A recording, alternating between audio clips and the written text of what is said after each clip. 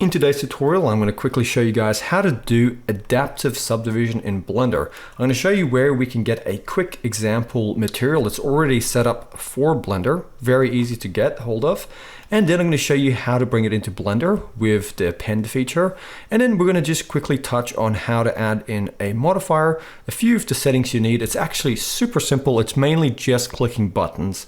Anybody can do it, and it gives you this great result. You can see here, when I'm looking in my viewport, we just have this round ball. If I render it, we have this displacement happening here all set up for us. So let's jump into this tutorial, and I hope you guys enjoy.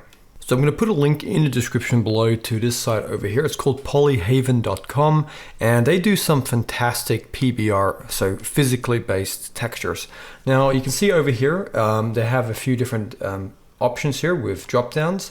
Let's go over to the aerial and then go to the terrain. And over here, it's got some nice rocky sort of substrates, and I think they're really good to test this sort of thing with. So what I'm going to do, and by the way, you can pick whatever one you want, but I'm going to go with something that I think has some nice kind of rockiness to it. So I'm going to go with this aerial rock over here with the moss on it. Now, when you click on these, what option you get here, you can see by default it's set to 2K. You can set it to 1K, 4, 8, whatever. I recommend you go with 2K just if you're testing this out. And by default, they have it set to Blender. And what that's going to do, it's going to download a blend file. So it's going to make it a lot easier for us to use this material in Blender. So you're going to go ahead and just click download. And in this case, you can see here it's downloading a zip folder. So I'm going to quickly let that finish and I'll come back. So here you can see it's now done downloading. So I'm just going to go into my downloads. And what I'm going to do, I'm going to just take this, I'm going to right click, I'm going to just go and extract it. And now I have the file here. Inside of there's going to be a blend file. So I'll just actually take this extracted zip, just put it on my desktop. And let's go ahead and open up Blender. So when we're in Blender, what we're going to do, we're going to select this default cube. Let's just go to our modifiers. Let's just give that a subdivision surface.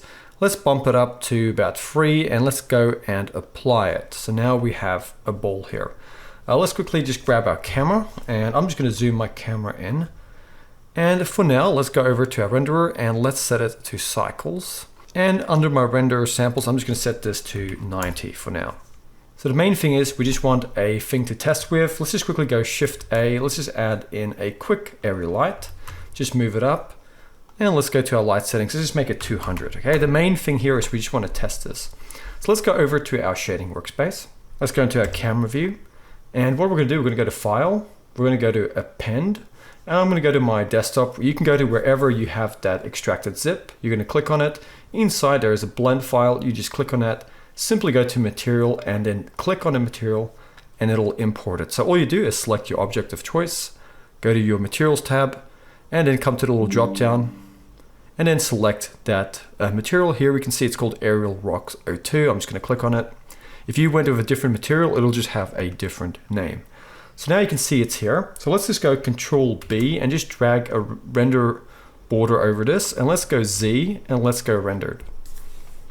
We can see here by default it kind of does this sort of displacement, but we can do a little bit better. So let's go over to our modifiers.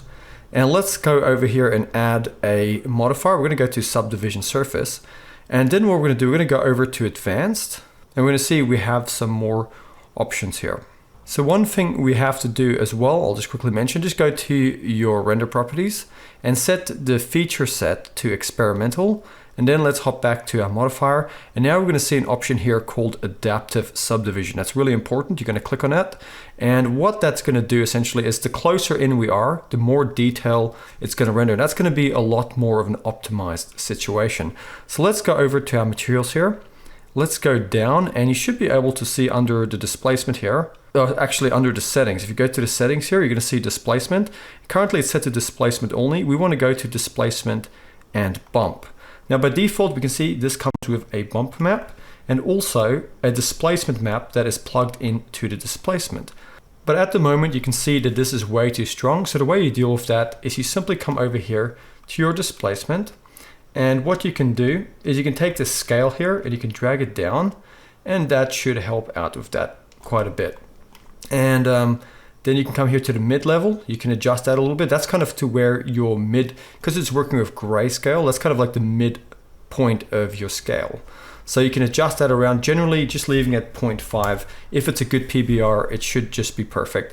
So that is how you get physical displacement. And the cool thing about this, if we were to actually come in here and zoom in our camera, and we actually gave this a render, the closer in we come, the more subdivision. So here you can see we have some nice physical displacement, and it's not just a flat looking texture.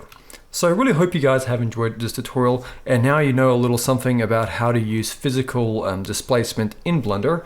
And the optimal adaptive subdivision thing here is really handy, and it's going to save you a lot of time with rendering, as versus like just using a displacement by itself without the adaptive subdivision feature. So I'll see you guys next time for another tutorial.